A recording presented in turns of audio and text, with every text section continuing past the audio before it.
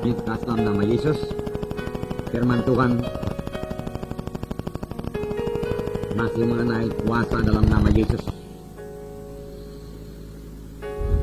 Sebab hari Minggu yang lalu kita telah mendengarkan firman Tuhan, di mana dikatakan segala kuasa dan otoritas yang terdapat pada Tuhan Yesus terdapat dalam namanya. Jadi nama Yesus sangat berkuasa, nama di atas segala nama. Nama di mana setiap setan iblis mesti tunduk. Sepanjang kita memakai dalam nama Yesus tersebut dengan iman, tidak merupakan sebut-sebutan saja, tetapi kita mengenal kuasa yang ada di balik nama tersebut. Kalau kita mengerti karena kita terima wahyu dari Tuhan, maka dalam nama Yesus merupakan senjata yang tidak bisa dikalahkan, bahkan merupakan satu senjata yang menghancurkan kuasa musuh. Kuasa itu telah diberikan Tuhan pada gerejanya. Nah, di dalam nama Yesus terdapat segala otoritas, terdapat segala kuasa yang kita butuhkan untuk mematahkan setiap serangan setan, untuk mematahkan tipu daya setan, dan kemudian mengusir setan tersebut dari keluarga kita, dari rumah tangga kita, dari kota kita, dari bangsa kita. Amin, saudara. Dalam nama Yesus. Nah, nama Yesus penuh kuasa, tidak dapat dihancurkan dan tidak dapat berubah. Kalau gereja pertama dahulu memakai dalam nama Yesus, terjadi mujizat dan mereka mengabarkan Injil dengan cepat, sehingga dalam tempo 300 tahun mereka telah menginjili seluruh dunia. Pelayanan mereka disertai dengan kuasa gaib. Mereka memakai dalam nama Yesus. Hari Minggu kita mendengarkan bagaimana Petrus menyembuhkan seorang yang lumpuh di dalam nama Yesus. Emas dan perak tidak ada padaku, tapi apa yang ada padaku berikan padamu dalam nama Yesus orang Nazaret. Bangkit dan berjalan. Lalu dia angkat tangan orang itu bangkit dan berjalan. Saudara, dalam nama Yesus pada zaman Petrus sama kuasanya dengan dalam nama Yesus pada zaman sekarang ini. Belum kehilangan kuasanya, amin.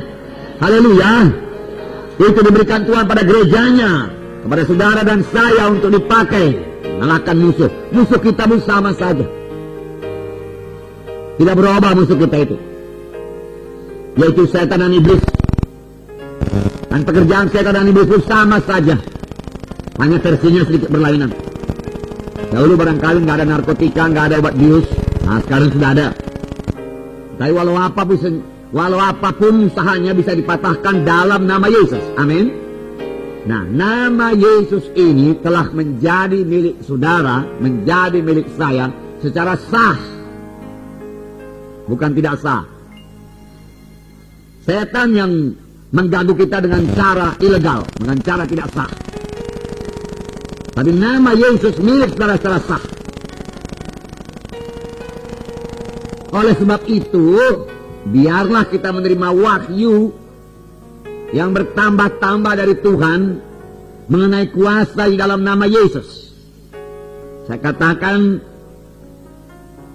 dalam pertemuan yang lewat, pada waktu kita memakai dalam nama Yesus, kita harus melihat Yesus bukan seperti lahir di Bethlehem, bukan melihat dia melayani di Nazaret, ya, Kapernaum dan lain sebagainya, tetapi kita melihat Yesus yang berkata segala kuasa ada padaku, dan aku telah memberikan kuasa itu padamu, supaya engkau memakai kuasaku. Namaku itu mengalahkan setan, karena segala kuasa ada padaku. Aku di atas tahta, aku membacking namaku. Yesus di atas takhta, di sebelah kanan Allah Bapa, di mana kita juga telah didudukkan bersama-sama dengan Yesus. Itulah kedudukan kita, supaya kita mengerti kuasa yang ada pada kita. Sebab Tuhan tidak menghendaki gerejanya lemah-lemah. Tuhan tidak merencanakan gerejanya untuk dikalahkan setan, atau maju dengan terseok-seok, kata orang dunia ini, dengan jatuh bangun. Ya, tidak. Tuhan mengendaki kita bergerak dengan kemenangan. Oleh sebab itu, nama itu dia karuniakannya kepada kita. Ini artinya Yesus telah memberikan kepada kita surat kuasa, otoritas yang resmi untuk menggunakan namanya mengalahkan setan. Dalam Markus 16 ayat 17, saya membacakan, inilah dia surat kuasa tersebut. Markus 16 ayat 17. Tanda-tanda ini akan menyertai orang-orang yang percaya. Mereka akan mengusir setan-setan demi namaku. Mereka akan mengusir setan-setan dalam nama Yesus. Biarlah kita mengenal pekerjaan setan.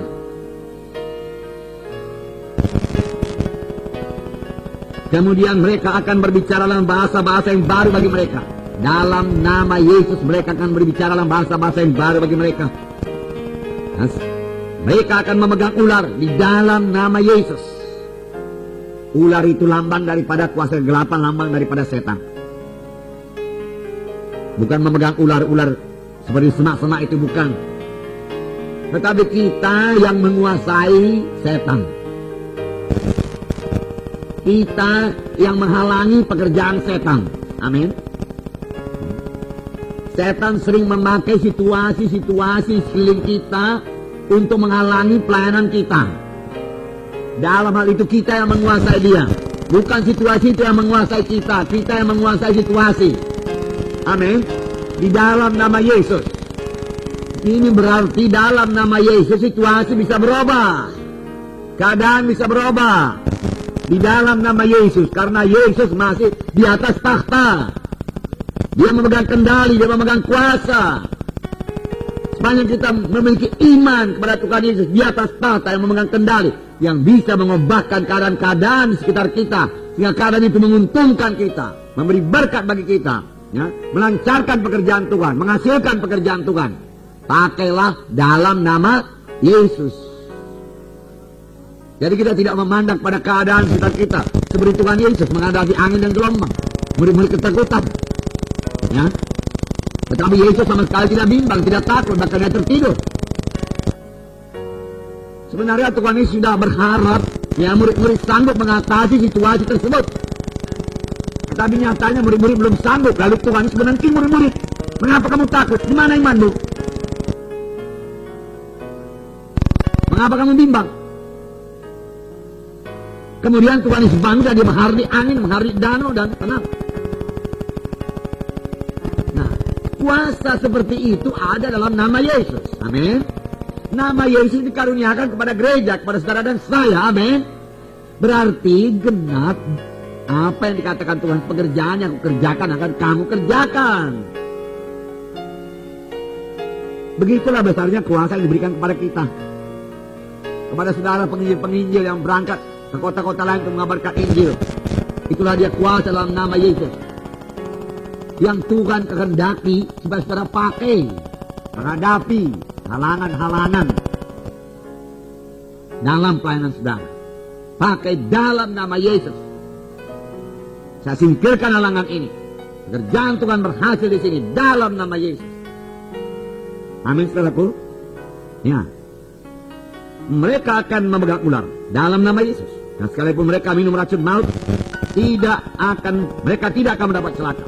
Dan firman Tuhan buku Lukas 10 juga mengatakan, tidak ada yang memberi bahaya pada kamu. Tidak ada. Mereka akan meletakkan tangannya atas orang sakit dan orang itu akan sembuh. Di dalam nama Yesus, saudara meletakkan tangan atas orang sakit, lalu orang itu akan sembuh. Di dalam nama Yesus, saudara bisa meletakkan tangan atas orang sakit, lalu orang itu akan sembuh. Amin. Amin. Ucapkan supaya saudara punya iman. Di dalam nama Yesus, saya meletakkan tangan atas orang sakit dan orang itu akan sembuh. Di dalam nama Yesus, saya meletakkan tangan atas orang sakit lalu orang itu akan sembuh. Amin. Haleluya. Kenapa orang itu sembuh? Karena ada kuasa. Karena ada kuasa dalam diri saudara. Amin. Hah? Tidak. Karena saudara hidup suci. Tidak. Jadi karena apa? Karena ada kuasa. Kuasa dalam nama Yesus itulah menyembuhkan orang sakit tersebut. Amin. Kan Yesus berkata, mengapa kamu memandang kami seolah-olah dengan kesucian kami, dengan ibadah kami membuat orang ini sembuh?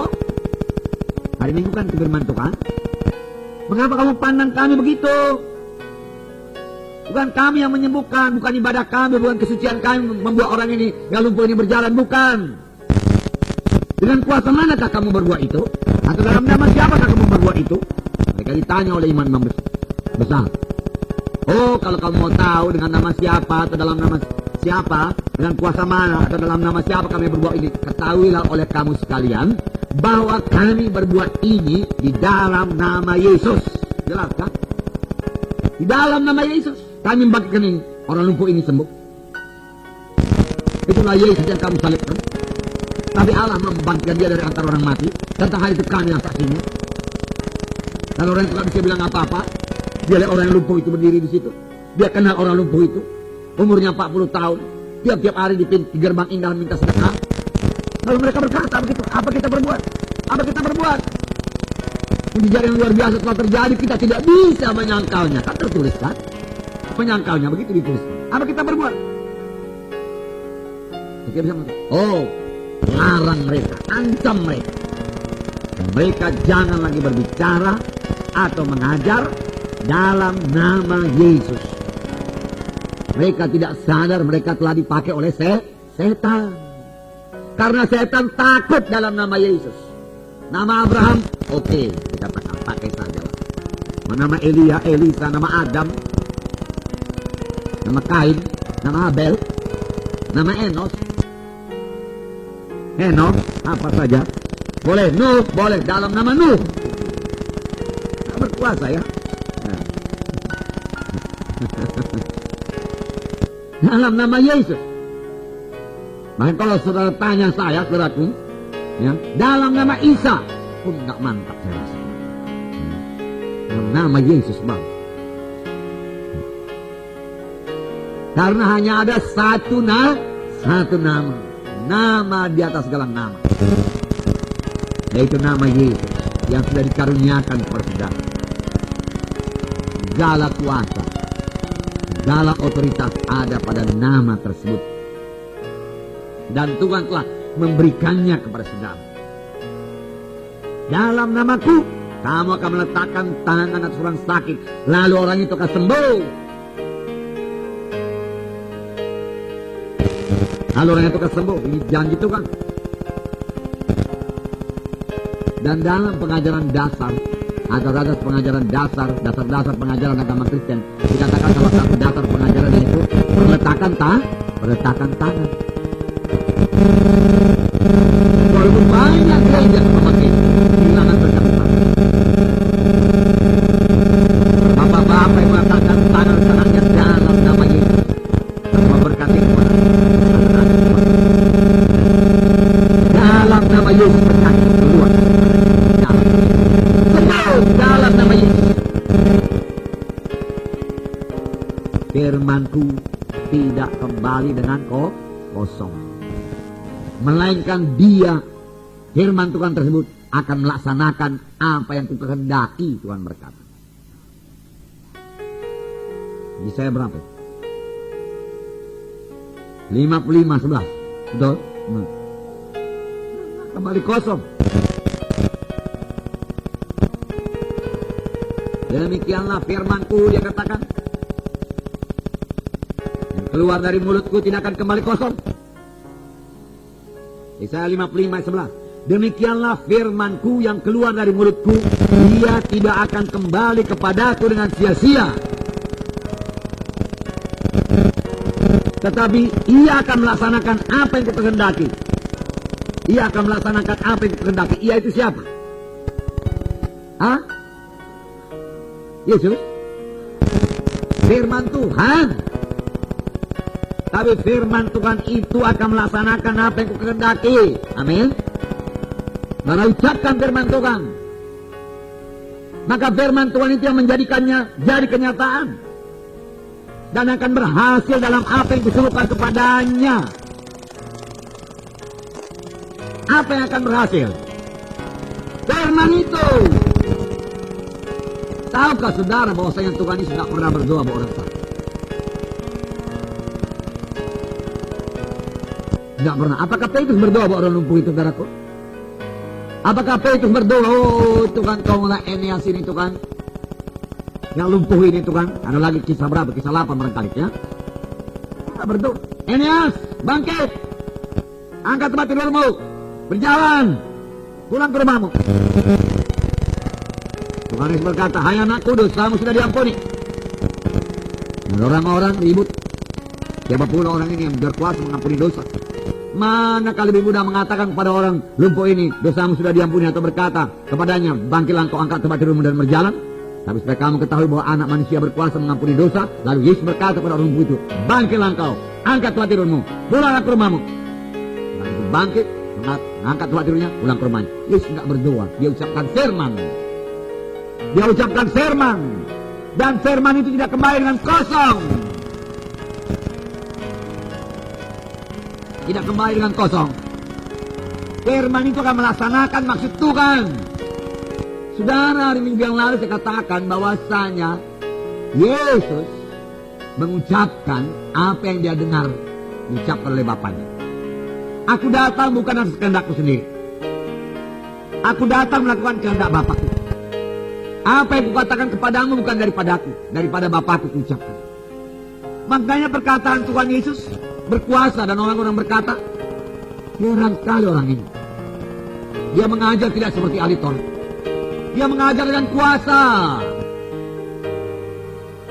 Karena dia ucapkan firman Tuhan. Dan firman Tuhan tidak kembali dengan sia-sia.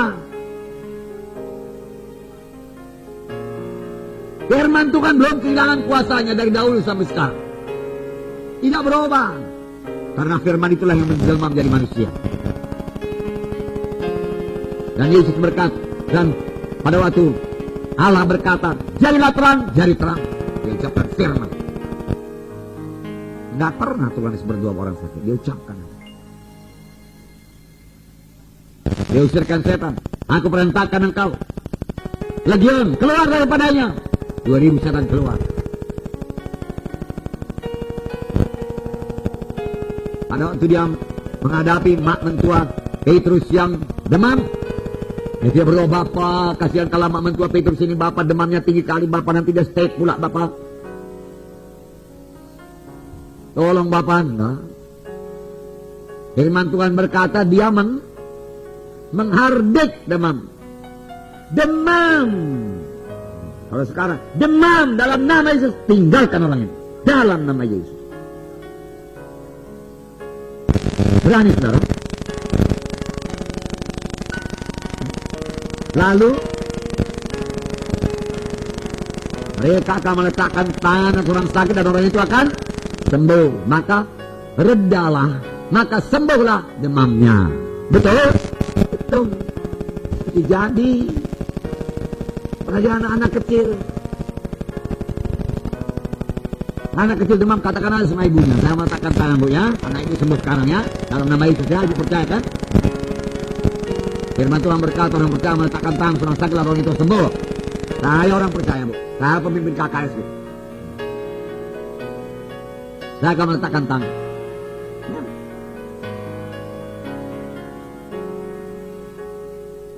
Dalam nama Yesus, demam tinggalkan anak ini demi nama Yesus. Demamnya reda dalam nama Yesus, sembuh dalam nama Yesus. Sekarang sembuh dalam nama Yesus. Maka maka kuasa surga turun menyembuhkan anak. Lalu orang tuanya kita juga. Tuhan Yesus tidak berubah.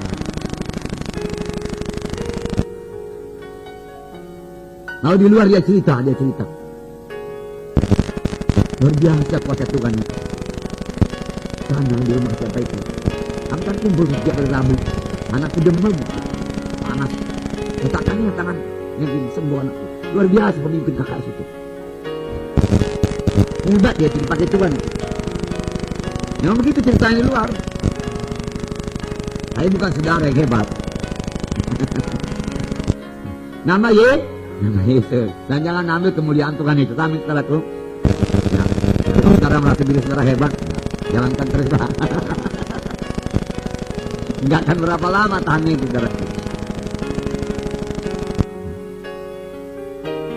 Sembuhkan orang sakit. Tuhan Yesus berkata waktu dia mengutus murid-murid, kabarkan Injil, sembuhkan orang sakit. Sembuhkan orang sakit. Bagaimana melakukannya? Di dalam nama Yesus. Nah, Matius 28. Matius 28. Ayat 18. Yesus mendekati mereka dan berkata, kepada aku telah diberikan segala kuasa di sorga dan di bumi.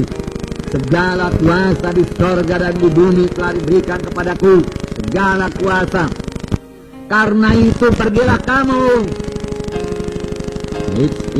Mengutus murid-murid. Sebenarnya Yesus memberikan surat kuasa. Segala kuasa ada padaku di sorga, di bumi. Ada padaku. Aku memberikan kuasa itu padamu di dalam namaku. Pergilah kamu. Pergilah kamu. Jadikanlah sekalian bangsa muridku.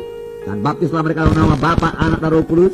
Dan ajarlah mereka melakukan segala sesuatu yang telah kuperintahkan kepadamu. Dan ketahuilah. Dan camkanlah. Amin, saudara.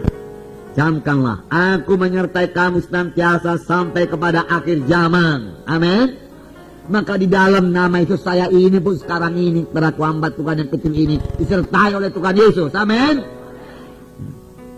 Saudara juga demikian. Saya tidak akan pergi ke desa-desa dari dahulu sampai sekarang kalau Tuhan Yesus tidak menyertai. Saya tidak akan melayani kalau Tuhan Yesus tidak menyertai. Dan memang Tuhan Yesus menyertai. Dia yang berjanji, bukan saya yang berjanji.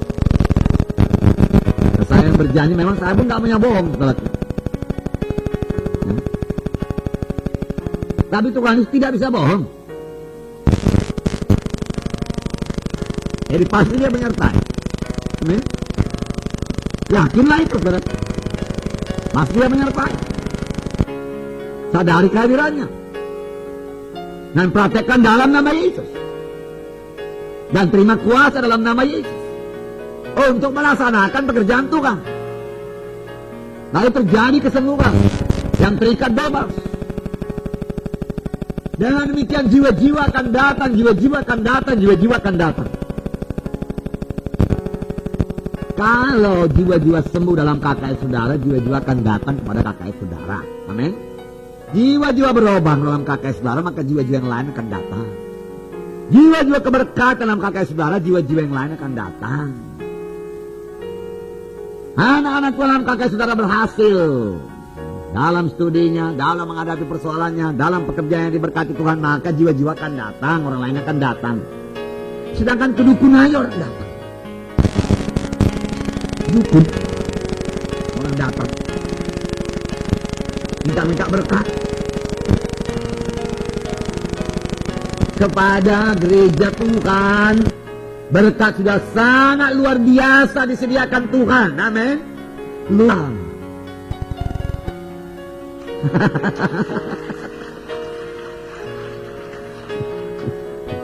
Saudara perhatikan firman Tuhan, saudara. Amin. Ya, jangan di sana lebih memperhatikan. Nanti berkat Tuhan turun ke sana, saudaraku. Ya.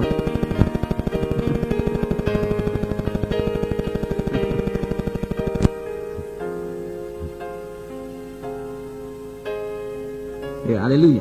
Ya, dia lihat itu dari lensa itu, saudara. Apa lensa itu saya nggak dialami. Kalau dialami dari sini, ambil dari sini.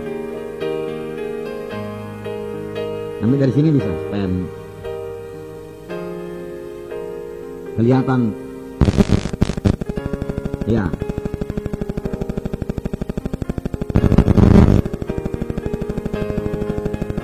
Ecek-eceknya di muka TV.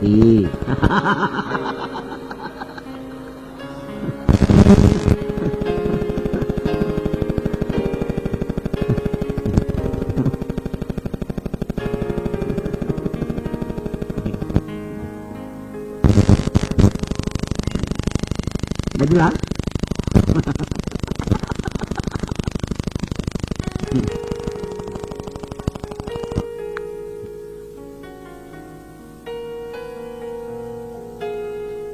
Yesus menyelesaikan pekerjaan yang diberikan kepadanya. Ia menghancurkan pekerjaan iblis, sudah menghancurkan pekerjaan setan. Melalui ketaatannya sampai pada kematian, ia menghancurkan setan dan melucuti kuasanya atas kita. Jadi rupanya karena Yesus taat, kuasa Tuhan mengalir, kuasa Bapaknya mengalir dalam pelayanannya. Amin. Ini membuka rahasia kepada kita. Kalau kita juga taat, sama sebagaimana Yesus taat, maka kuasa Tuhan akan menyertai kita.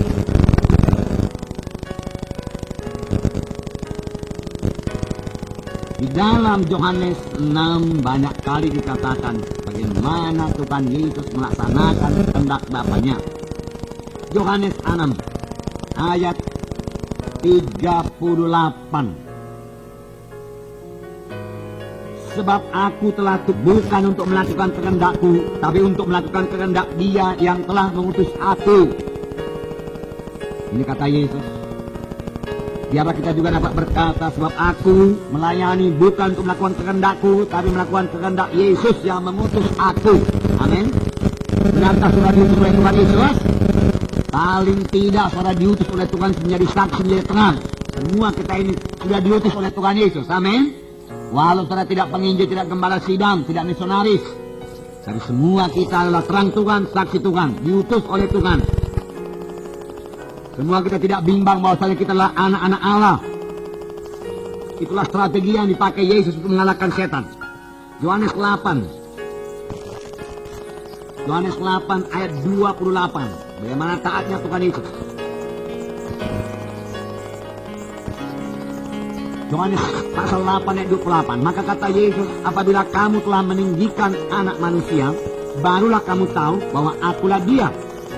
Dan bahwa aku tidak berbuat apa-apa dari diriku sendiri, tapi aku berbicara tentang hal-hal sebagaimana diajarkan Bapa kepadaku. Aku berbicara tentang hal-hal yang diajarkan Bapa kepadaku.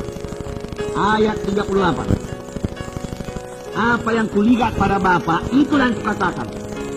Dan demikian juga kamu perbuat tentang apa yang kamu dengar dari bapamu. Ayat 42.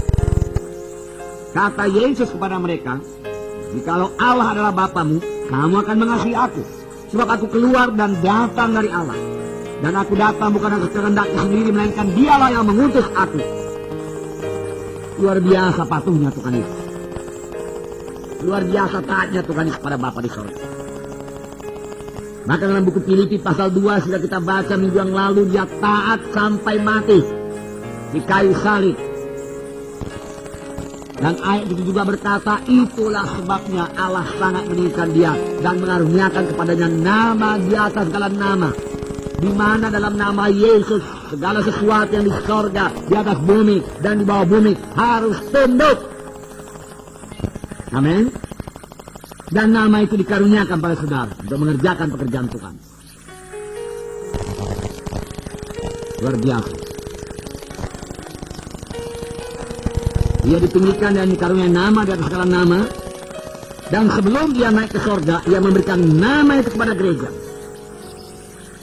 Ia memulihkan kekuasaan atas dunia ini kepada kita dan memberikan namanya dan segala kuasa yang ada dalam nama itu untuk mengambil kekuasaan, untuk hidup berkuasa di bumi ini. Ini maksud Tuhan memberikan namanya kepada gerejanya, supaya gerejanya berkuasa di bumi ini. Sebab bumi ini bukan milik setan, tapi milik siapa? Milik Tuhan, betul. Milik anak-anak Tuhan. Amin, saudara. Pada waktu Tuhan dulu menciptakan bumi ini, untuk siapa diciptakan? Untuk manusia. Taklukkan isinya, kuasailah bumi ini, miliki bumi ini. Tapi karena dosa satu orang manusia jatuh kepada dosa dan menjadi hamba dosa. manusia di bawah maut. Tapi nanti kita baca firman Tuhan berkata Roma 5 ayat 17, lebih benar lagi karena satu orang yaitu Yesus Kristus, mereka atau anak-anak Tuhan akan hidup dan berkuasa di bumi ini, bukan nanti di surga. Amin. Sekarang ini kita hidup dan berkuasa, kita yang menguasai bumi ini. Amin, saudara. Luar biasa cita-citanya menjadi anak-anak Tuhan, saudaraku. Yesus tidak bermaksud agar gereja tidak mempunyai kuasa atau dikalahkan. Tuhan tidak bermaksud gerejanya lemah-lemah, menjadi permainan setan, menjadi permainan penyakit, bukan.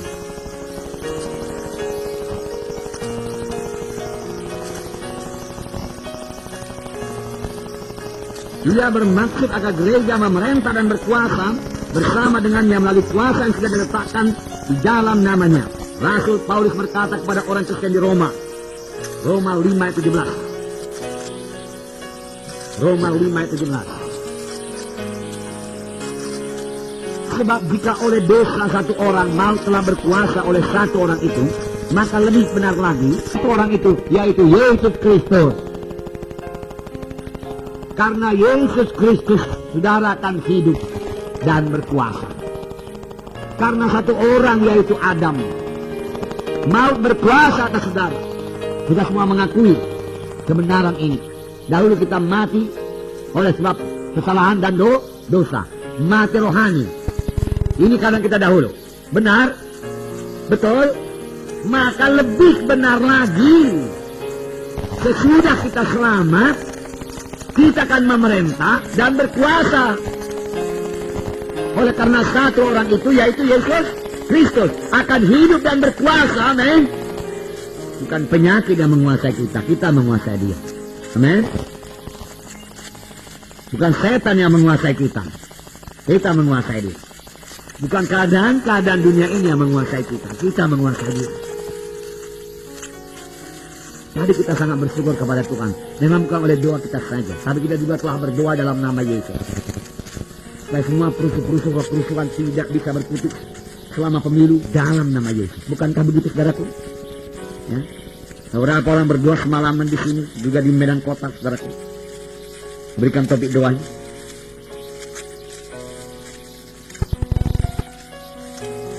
Dan itu telah jadi, makanya kita bersyukur kepada Tuhan, terima kasih kepada Tuhan. Jangan lupa bersyukur kepada Tuhan. Setelah Tuhan mendengar dan menjawab doa kita, dan itu menambahi pengertian kita dan iman kita. Benar apa kata Maurice Rowe, itu nasib daripada bangsa kita terletak dalam tangan kita.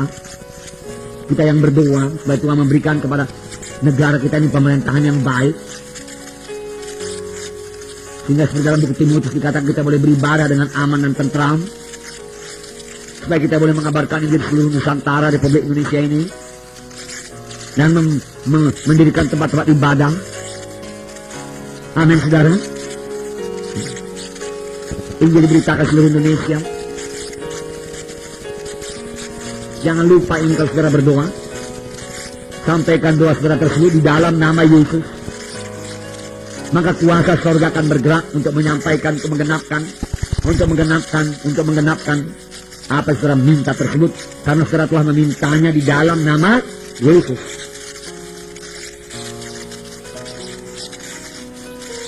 Lebih benar lagi,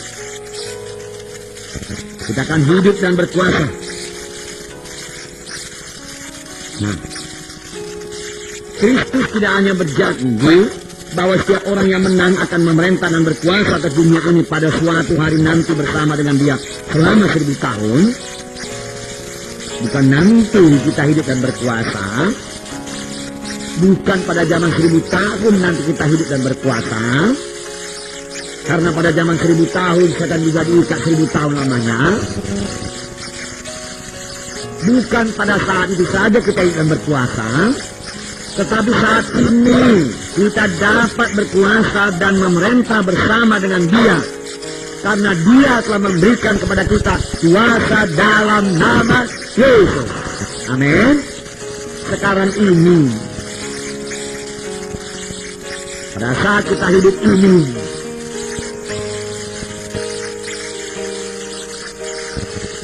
kita tidak menunggu untuk dibebaskan dari tangan setan. Kita telah dibebaskan. Amin. Dari kata dikatakan, karena firman Tuhan berkata, kamu akan mengenal kebenaran dan kebenaran itu akan membebaskan kamu. Jikalau anak membebaskan kamu, barulah kamu bebas dengan sesungguhnya. Jadi, kamu akan beroleh kuasa kelak apabila Roh Kudus turun ke atas kamu dan menjadi saksi bagiku Yerusalem, Yudea, Samaria, sehingga sampai ke ujung bumi. Sekarang ini, amin. Tidak ada kuasa, beroleh kuasa. Ada kuasa dalam nama itu, ada kuasa urapan Roh Kudus. Dan menjadi saksi itu kan. Nah, kita tidak menunggu untuk menjadi ahli waris Allah, tetapi bersama dengan Yesus, kita adalah ahli warisnya saat ini. Galatia 4 ayat 7. Galatia pasal 4 ayat 7. Galatia 4 ayat 7. Jadi, kamu bukan lagi hamba, melainkan anak. Jikalau kamu anak, maka kamu adalah ahli waris oleh Allah. Benarkah kita anak-anak Allah? Kita tidak usah menunggu menjadi anak-anak Allah. Sekarang kita sudah lahir baru menjadi anak-anak Allah. Dan kalau kamu adalah anak-anak Allah, kamu adalah ahli waris. Kalau ahli waris ada warisannya. Betul? Warisan dari orang kaya saja sudah luar biasa. Apalagi warisan anak raja segala raja. Adakah saudara bersuka cita? Amin. Haleluya. Saudara akan menerima warisan. Nah, saudara adalah ahli waris. Sudah menjadi ahli waris.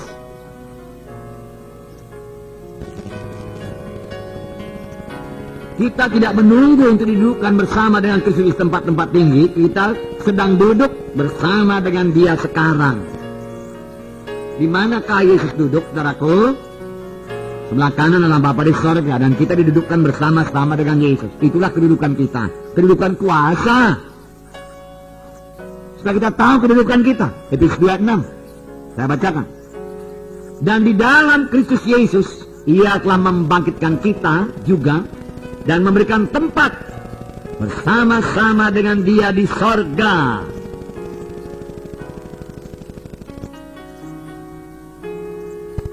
Supaya pada masa yang akan datang yang menunjukkan kepada kita kekayaan kasih karunia-Nya yang melimpah-limpah sesuai dengan kebaikan-Nya terhadap kita dalam Kristus Yesus. Dalam Kristus Yesus kita juga sudah diberikan tempat bersama-sama dengan Dia di sorga. Nah, inilah dia kedudukan kita. Inilah dia kuasa yang diberikan kepada kita. Setan telah beroperasi secara tidak sah. Yang dikatakan tidak sah, setan kau meletakkan penyakit atasku. Tidak, ini milik Yesus. Tidak sah, setan kau meletakkan penyakit atas anakku. Tidak bisa. Dalam nama Yesus, keluar daripadanya. Tidak sah. Ilegal.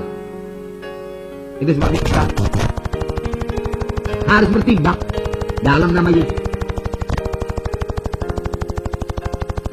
Dia kira tanggap ini, saudara. Tanggap. Supaya dengan cepat kita bertindak dalam nama Yesus. Merusakan pekerjaan setan.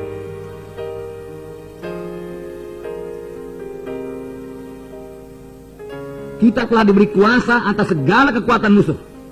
Dan tidak ada satu pun yang lebih bahaya kepadamu. Lukas 10. Ya? Kita telah diberi kuasa atas segala kekuatan musuh. Dan tidak ada yang memberi bahaya kepadamu.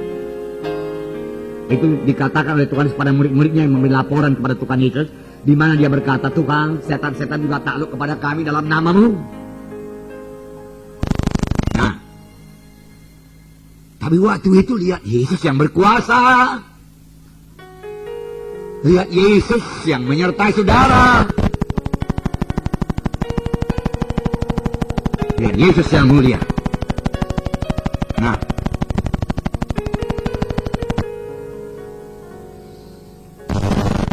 karena iman perlu tindakan, maka Petrus mengangkat orang itu dan mengolongnya berdiri. Saat itu juga orang itu disembuhkan. Semua orang sangat kagum dan bertanya-tanya bagaimana Petrus dan Yohanes menyembuhkan orang tersebut.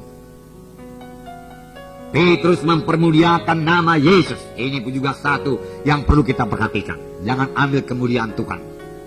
Kadang-kadang sudah jangan terjadi. Kalau sudah terjadi kesembuhan atau mujizat yang luar biasa, kita merasa diri kita hebat. Aku dipakai Tuhan luar biasa. Memang aku suci. Haleluya. Oh, tidak ada orang seperti aku. Kalau lumpuh berjalan. Haleluya. Itu yang demikian. Apakah dia katakan? Kisah 3:12. Saya bacakan beberapa ayat. Petrus melihat orang banyak itu lalu berkata, "Hai orang Israel, mengapa kamu heran tentang kejadian ini? Dan mengapa kamu menatap kami seolah-olah kami membuat orang ini berjalan dengan kuasa atau kesalahan kami sendiri? Mengapa kamu heran? Mengapa kamu menatap kami seolah-olah kami yang membuat orang ini berjalan dengan kuasa kami dan dengan kesalahan kami?" Dukun memakai. Dia menunjukkan dirinya. Kalau orang dunia mengatakan angker kali dukun itu, saleh kali dukun itu, hebat kali kuasanya dukun itu. Tapi Petrus berkata, bukan dengan kuasa kami, bukan dengan kesalehan kami orang ini sembuh, bukan dengan ibadah kami, bukan.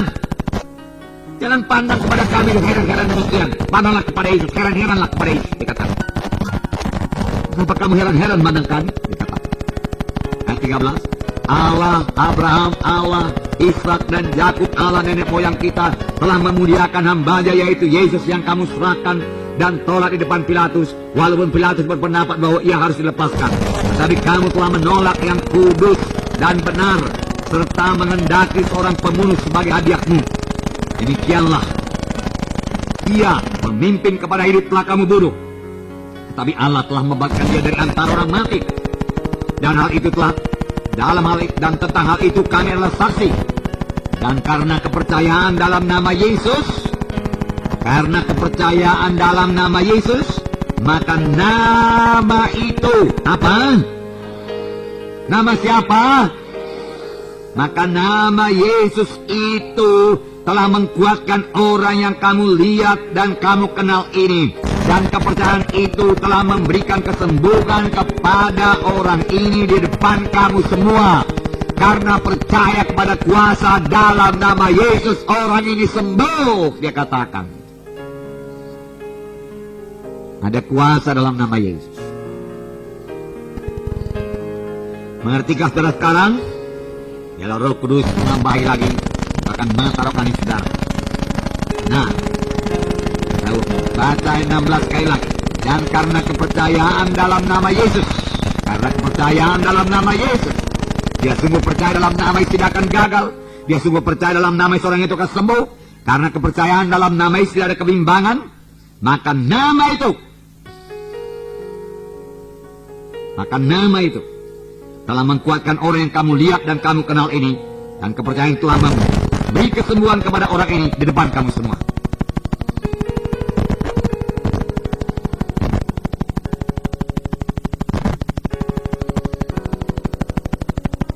Paulus berkata bahwa nama Yesus telah menguatkan orang ini. Itu sebabnya setan sangat takut kepada nama Yesus. Ia tahu ada kuasa dalam nama Yesus. Dan ia tahu ia harus tunduk dalam nama Yesus. Ia tahu ia harus mematuhi perintah kita yang kita sampaikan dalam nama Yesus.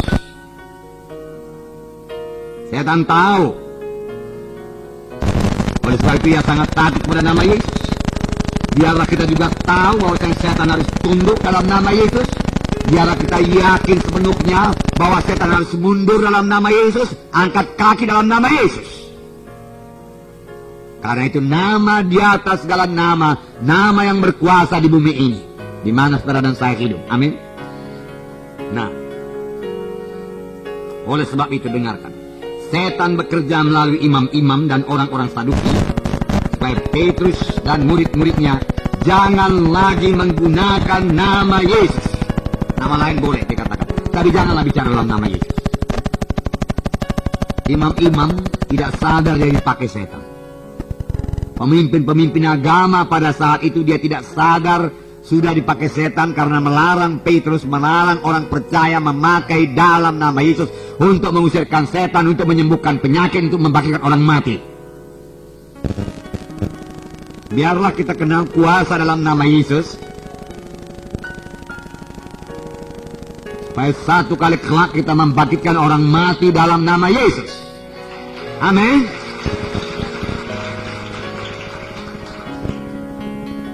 Nah, Kisah 4 ayat 7. Kisah 4 ayat 7. Lalu Petrus dan Yohanes dihadapkan kepada sidang itu dan mulai diperiksa dengan pertanyaan ini. Dengan kuasa manakah atau dalam nama siapa kamu bertindak demikian? Bahkan imam-imam mengerti kuasa itu sama dengan nama. Nama itu berkuasa.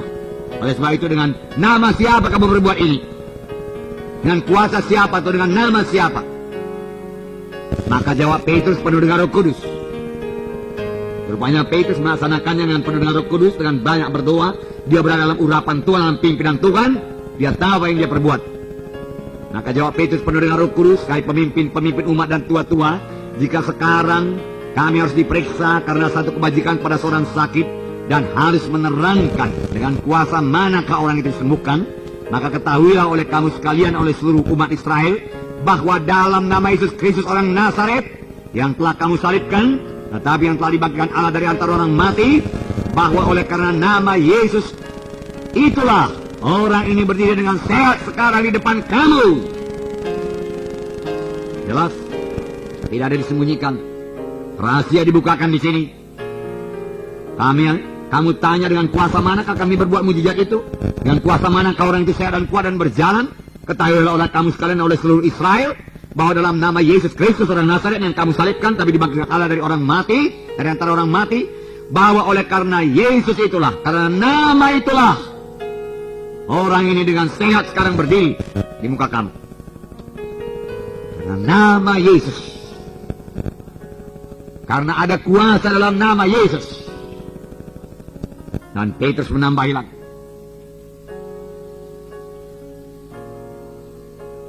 Dan keselamatan ayat 12, dan keselamatan tidak ada dalam siapapun juga selain dalam Dia, oleh sebab di bawah kolong langit ini tidak ada nama lain yang diberikan kepada manusia yang olehnya kita dapat diselamatkan. Dan dalam nama Yesus itu, Petrus berkata, bukannya terdapat kesembuhan tetapi juga keselamatan. Ada terdapat dalam nama Yesus. Dan hanya dalam nama Yesus ada keselamatan. Dari itu kalau kamu tidak percaya kepada nama Yesus, maka kamu akan terhilang. Demikian sebenarnya yang dikatakan oleh Petrus. Nah, imam-imam jadi geger. Dia tidak sadar dia dipakai setan. Apa yang mereka perbuat?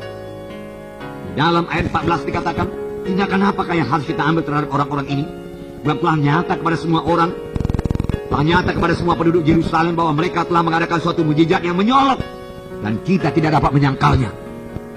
Orang yang lumpuh itu berdiri di situ, muka dengan imam-imam mengenal dia karena 40 tahun lamanya dia lumpuh dan selalu minta sedekah di pintu bait elok, gerbang indah. Kita tidak dapat menyangkalnya, dia katakan. Itu betul-betul kuasa Tuhan. Kita tidak bisa menyangkalnya. Apa kita berbuat sekarang? Mereka geger. Mereka tertipu. Ayat 17. Tetapi supaya hal itu jangan makin tersiar, jangan makin luas tersiar di antara orang banyak, baiklah kita mengancam dan melarang mereka. Apa yang dia larang? Supaya mereka jangan berbicara lagi dengan siapapun dalam nama itu. Takut dia.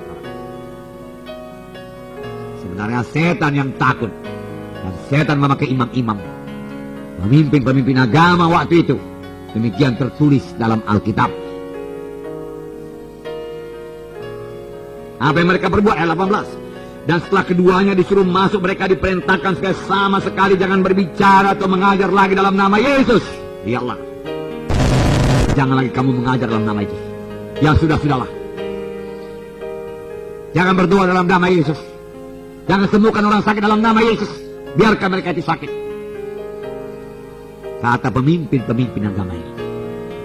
Mereka tidak sadar mereka telah dipakai oleh setan. Jangan usir setan dalam nama Yesus.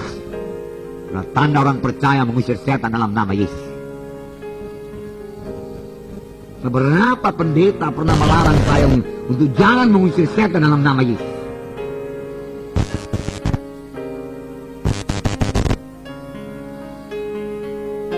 Banyak pendeta menantang mengusir setan, tidak setuju melakukan pengajaran mengusir setan dalam nama Yesus. Tapi tidak heran, dalam sidang pertama juga ada yang demikian. Ayat 18, dan setelah keduanya disuruh masuk, mereka diperintahkan supaya sama sekali jangan berbicara atau mengajar lagi dalam nama Yesus. Tapi Petrus dan Yohanes menjawab mereka, silakan kamu putuskan sendiri manakah yang benar di hadapan Allah, taat kepada kamu atau taat kepada Allah. Allah menyuruh kami, Yesus menyuruh kami berbicara dalam nama Yesus, mengajar dalam nama Yesus, meletakkan tangan dalam nama Yesus, mengusir setan dalam nama Yesus. Jadi kami taat kepada kamu, timbangkanlah itu. Apa taat kepada Allah. Sebab tidak mungkin bagi kami untuk tidak berkata-kata tentang apa yang telah kami lihat dan kami dengar. Nah, jadi setan bekerja melalui imam-imam dan orang-orang Saduki supaya Petrus dan murid-muridnya jangan lagi menggunakan nama Yesus. Petrus dengan tegas mengatakan kepada mereka bahwa orang tersebut sembuh dalam nama Yesus. Petrus kemudian berkata bahwa dalam nama Yesus bukan hanya ada kesembuhan, tapi juga ada keselamatan. Strategi setan pada saat ini adalah bekerja melalui pemimpin gereja supaya jangan berkhotbah bertindak dalam nama Yesus. Senjatanya nggak ada lagi, tinggal membujuk-bujuk, tinggal menipu-menipu, menggoda. Namun gereja mula-mula maju dalam nama Yesus, sehingga banyak tanda-tanda ajaib dan mujizat dinyatakan. Dalam Kisah Rasul pasal 5 ayat 12, saya bacakan sampai 16. Dan oleh rasul-rasul diadakan banyak tanda dan mujizat di antara orang banyak. Bagaimana dia mengadakannya? Saya mau tanya kepada saudara. Jadilah engkau tanda ajaib, mujizat jadi, begitu saja. Dalam nama Yesus sembuhlah engkau. Dalam nama Yesus penyakit pergi. Dalam nama Yesus setan kau lepaskan orang ini, dia katakan. Lalu terjadi tanda ajaib dan mujizat. Di sini dikatakan, dan oleh rasul-rasul diadakan sedikit apa banyak? Banyak. Amin. Tanda dan mujizat di antara orang banyak. Semua orang percaya selalu berkumpul di serambi Salomus dalam persekutuannya keras. Orang-orang lain tidak ada yang berani menggabungkan diri kepada mereka. Namun mereka sangat dihormati orang banyak.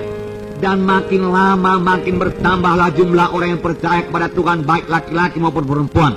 Setelah banyak tanda ajaib, banyak kesembuhan, banyak mujizat, makin lama makin banyak orang percaya, baik laki-laki maupun perempuan.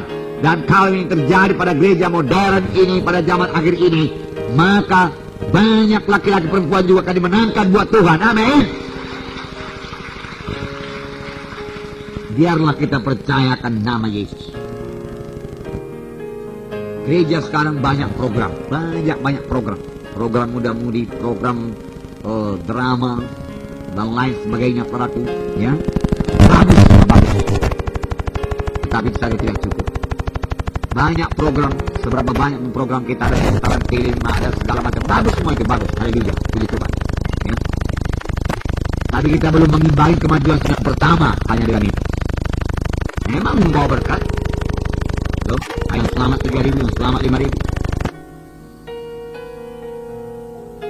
Gereja pertama mempunyai wahyu tentang kuasa yang terdapat di dalam nama Yesus, dan mereka memakai nama Yesus itu walaupun mereka dilarang oleh imam-imam. Lalu terjadilah banyak tanda ajaib dan mujizat karena mereka memakai nama Yesus.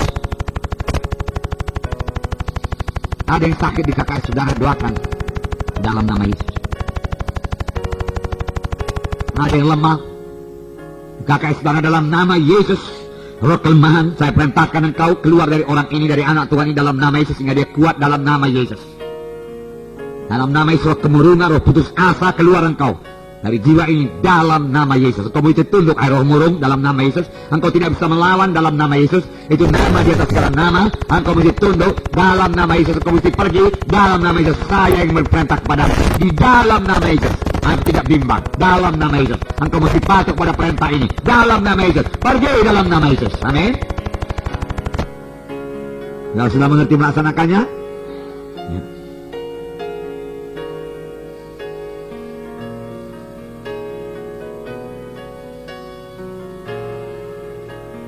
Saya memandang kepada Yesus yang berkuasa, segala kuasa ada padaku.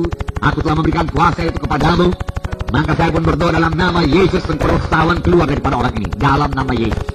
Engkau mesti pergi dalam nama Yesus. Engkau tidak bisa melawan dalam nama Yesus. Itu nama di atas segala nama. Engkau tahu engkau mesti patuh. Engkau tahu engkau mesti tunduk. Oleh sebab itu kau keluar sekarang. Dan jangan memasukinya lagi. Dalam nama Yesus. Saya perintahkan engkau dalam nama Yesus. Engkau tidak bisa melawan dalam nama Yesus. Engkau sudah dikalahkan dalam nama Yesus. Yesus dapat tahta mendukung pernyataan ini dalam nama Yesus. Kuasa sorga turun dalam nama Yesus.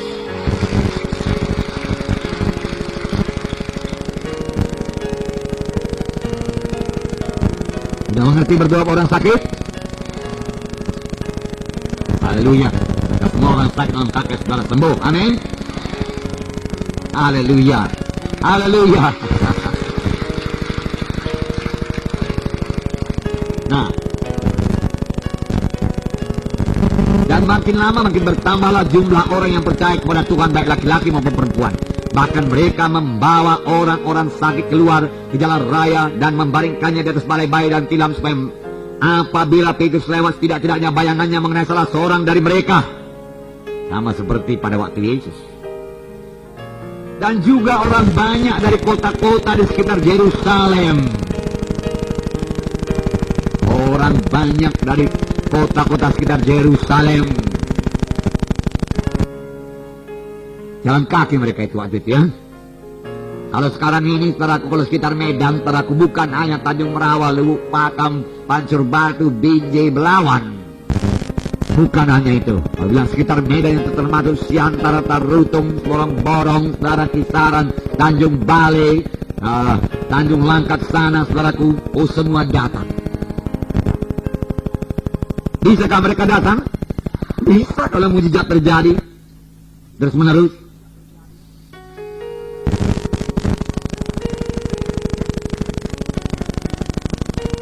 Dalam pelayanan Catherine Coleman, saudaraku, di mana banyak orang disembuhkan.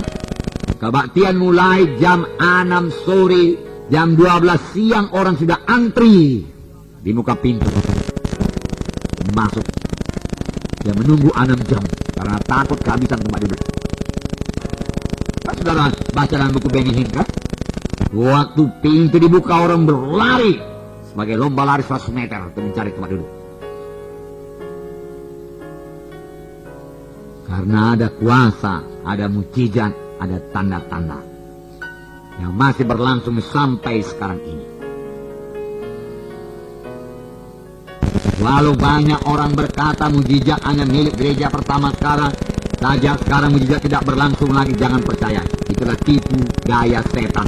Mujizat-mujizat masih berlangsung. Karena ada kuasa dalam nama Yesus, dan kuasa dalam nama Yesus tidak berubah sampai kepada saat ini.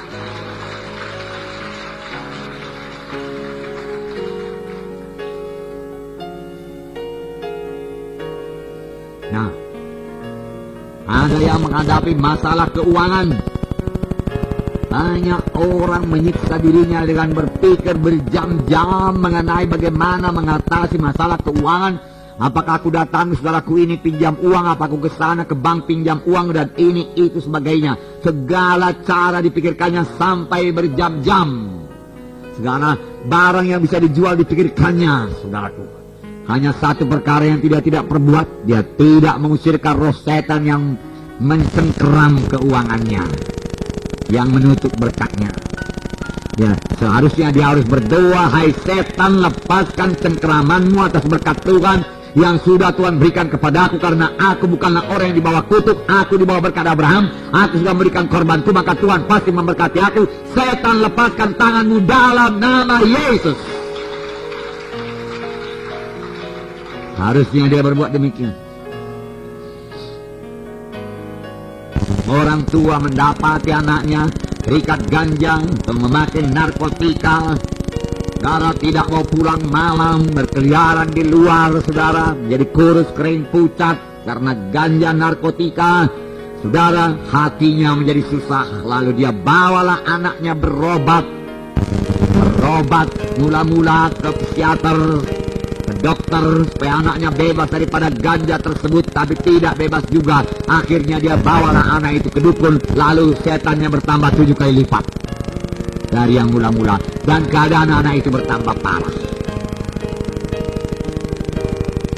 Tapi sebagai orang tua yang percaya kepada Tuhan, dia harus datang kepada Tuhan, berdoa buat anaknya, kemudian memanggil anaknya dan meletakkan tangan kepada anaknya tersebut dan berkata, di dalam nama Yesus, saya orang tua anak ini mengusir engkau setan, roh penipu, roh perusak, roh pembinasa yang mengikat anakku ini. Sekarang kau lepaskan dia daripada ganja dalam nama Yesus. Keluar daripadanya, engkau mesti pergi, hai setan. Aku berdoa dalam nama Yesus, nama di atas segala nama, di mana Yesus sebelah kanan Allah Bapa mendengarkan doa ini, dan apa yang kuminta kepada Bapa dalam nama Yesus, Ia mengabulkannya. Maka sekarang setan, engkau pergi dalam nama Yesus. Lepaskan anakku dalam nama Yesus. Amin. Haleluya.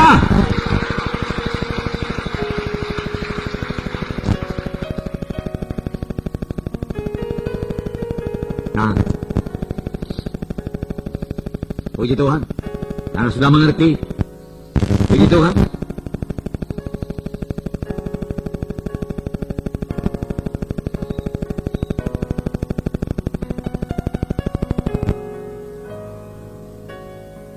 Salah satu alasan mengapa kita tidak mengalami kuasa seperti yang miliki sedang pertama, oleh karena kita tidak mempunyai wahyu. Ada wahyunya itu. Kalau saudara sudah dapat lembaran, ada wahyu mengenai kuasa dalam nama Yesus.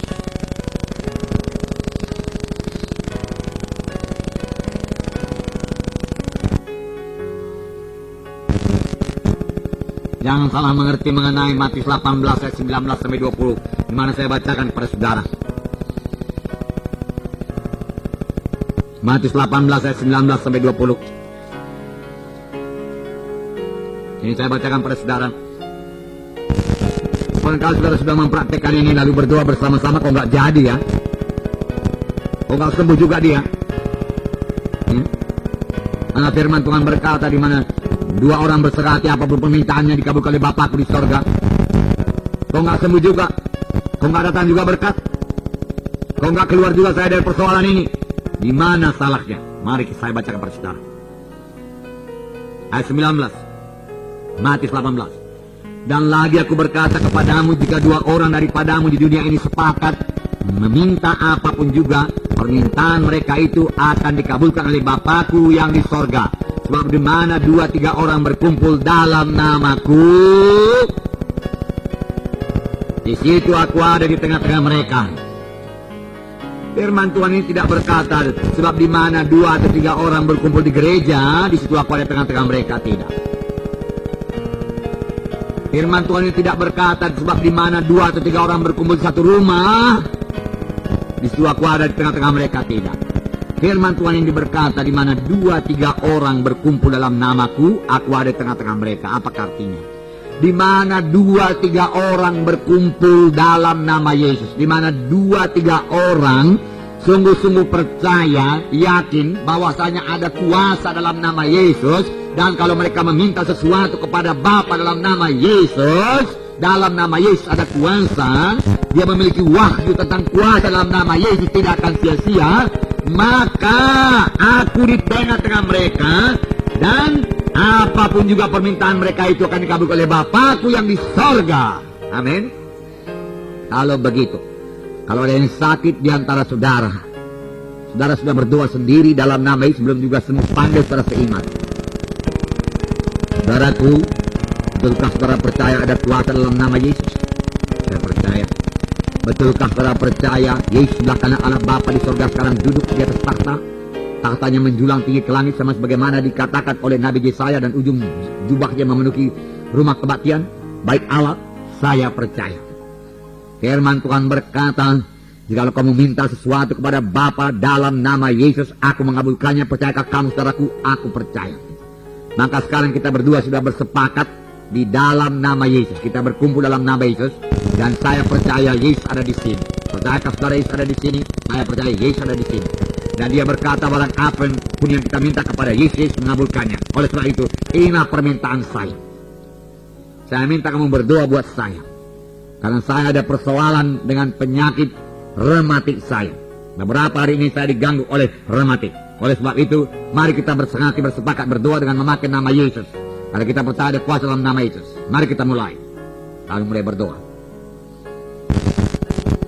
Amin. Mengertikah saudara? Bisakah saudara melaksanakannya? Dapatkah saudara mempraktekannya? Jangan malu. Amin.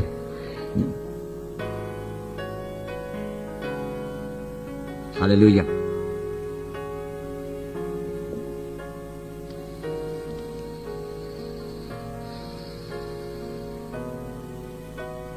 Puji Tuhan. Nah, sedikit lagi nanti hari Minggu saya sampaikan. Jadi saudaraku, bergerak dalam nama Yesus. Ketahuilah Tuhan sudah mengutus saudara. Sama sebagaimana Bapa mengutus aku, kata Tuhan Yesus demikian, aku mengutus kamu dengan segala kuasa. Pakailah nama Yesus. Ketahui Tuhan menyertai saudara, dan Dia akan menyatakan kuasanya dalam pelayanan saudara tiap kali saudara memakai nama Yesus. Amin. Puji Tuhan. Maka akan terjadi banyak tanda ajaib, banyak tanda mujizat. Tapi saya minta kepada saudara, berilah kemuliaan kepada Tuhan Yesus.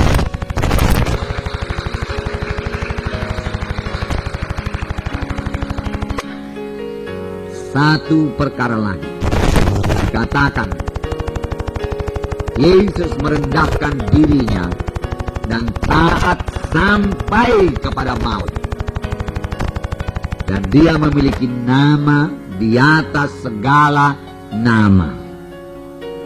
Saudaraku, nama Yesus hanya berkuasa kepada anak-anak Tuhan yang patuh kepada Tuhan dan patuh kepada pemimpin-pemimpinmu, dikatakan dalam Ibrani 13 ayat 17 di dalam gereja.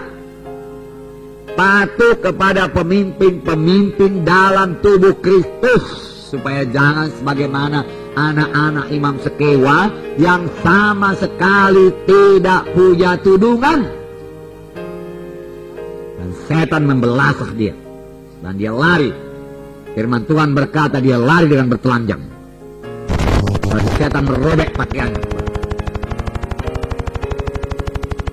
Jangan keluar dari tudungan tubuh Kristus. Kalau saudara mau mengusir setan dengan berhasil, ingat, kepala jemaat yaitu Tuhan Yesus. Saudara keluar dari jemaat, siapa tuduhan saudara? Di mana perlindungan saudara? Bahkan karunia Roh Kudus diberikan Tuhan kepada gereja untuk kepentingan bersama, bukan untuk membesarkan diri, menyatakan diri hebat. Nah, pada waktu Petrus dipandangi orang hebat, karena Petrus ini bukan orang lumpuh, sama seperti Yesus. Hebat Petrus, suci Petrus, ini orang yang saleh, beribadah. Petrus berkata, jangan pandang demikian kepada kami, seolah-olah dengan ibadah kami, kesalehan kami, kekuatan ibadah kami, kesucian kami orang ini sembuh. Jangan, bukan. Orang ini sembuh bukan karena kami, bukan karena kuasa kami, tapi orang ini sembuh karena nama Yesus. Dia katakan Allah mempermuliakan anaknya Yesus Kristus. sedikit pun Petrus tidak mengambil kemuliaan. Lalu Petrus berjalan terus dalam kuasa Tuhan. Dia diizinkan Tuhan terus memakai nama Yesus. Dan nama Yesus yang diucapkan Petrus tetap berkuasa. Amin, saudara. Ya.